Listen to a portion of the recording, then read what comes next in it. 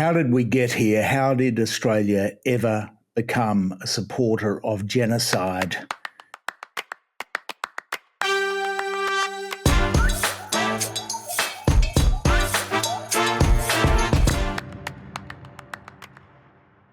How did it come to this?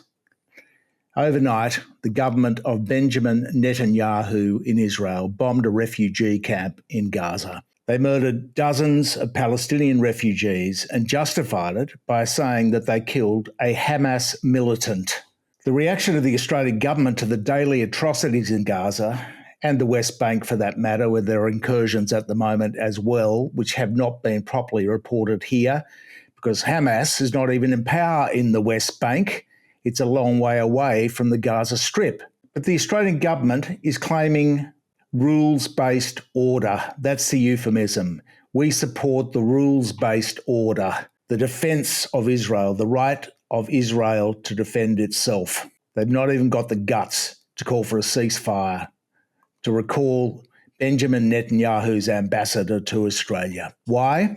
Well, before we get to that, to address the inevitable barrage of pro-Israel government, pro-genocide chipmunks on social media, our position, as laid out in the last video on this subject, is that the Australian media and politicians cower before the powerful Israel lobby. They even managed this week to enlist 6 former PMs, Paul Keating accepted, to write, this is the Australian Zionist organisation, to write an insipid letter in defence of the slaughter. So here it is. Not all Israelis, or Jewish people for that matter, support the government of Benjamin Netanyahu. Millions, in fact, are appalled around the world, just as not all Palestinians are terrorists or Hamas militants, or Muslims even. Many Palestinians are Christians. It is not anti-Semitic, as they say, as the Israel lobby claims, to oppose the murderous actions of Israel's government.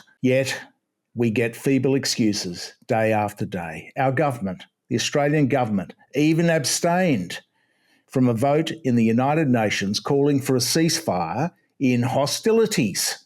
Why? Is not peace better than hatred and war? Doesn't it make sense to do a hostage exchange, to end the hostilities, at least talk about it? Why this cravenly, cowardly defence of genocide? Well, they're scared of the Israel lobby. They're scared of being labelled weak on terror, of being anti-Semitic, of being wedged by Peter Dutton, lambasted in the Murdoch and Nine media. The paradox is that their cowardice is only giving rise to anti-Semitism. They are themselves, in their cowardice, fueling the hatred and the death in Gaza and all around the world. It's basic common sense that as hatred grows on both sides, the greater the death toll. Is not 3,000 children murdered, 6,000 women and children murdered enough? But there he is. There's Albo today, side by side with Benjamin Netanyahu on the op-ed pages, on the opinion pages of Rupert Murdoch's The Australian, giving not only his imprimatur to the genocide by rabbiting on about rules-based order, whatever that is, code for doing anything America wants, code for Australia being boy Robin to Joe Biden's Batman. It's in Australia's interests, we are told, in defence of the indefensible. You can only imagine what's going on behind the scenes. Sometimes it spills into the public domain, as it did with Tom Joyner, the ABC's Middle East correspondent, who was just doing his job when he was outed. He was talking on a private WhatsApp chat with other journalists, and he questioned the Israeli government narrative that Hamas was beheading babies.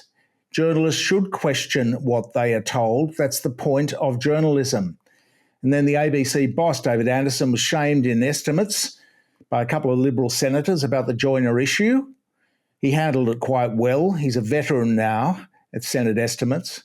But Sky News and the Murdoch press went crazy with their ABC terrorist sympathisers narrative. They got the story wrong, of course. They had to retract their headline. They changed it online. Joyner had not been pulled out as a result of this, pulled out of the Middle East. He was on rotation. They rotate the Middle East correspondents to stop them getting PTSD every 2 weeks. The This is what actually happened. It was misreported. There are daily misreportings. This is the way. Anybody who steps out of line with the narrative is hammered. They're slandered. Tony Burke, Tom Joyner, Jewish people who dare to voice an anti-Netanyahu position. Now, you've got to question whether Netanyahu even wants the hostages back or whether they are just being used as pawns in his agenda to wipe out Gaza entirely. The hostages are on video, some of them, saying, get this sorted, do the exchange. But no talks yet, because they don't want talks. What is the number before we take action? 9,000 dead is not enough, clearly. What is the number? Is it 20? Is there a number, or does it all end when there is no Gaza and there are no Palestinians? What will it take for the Albanese government to step up and withdraw its support for genocide? Perhaps the unthinkable. Losing votes to the Greens and the Independents is the only thing which might make them do the right thing.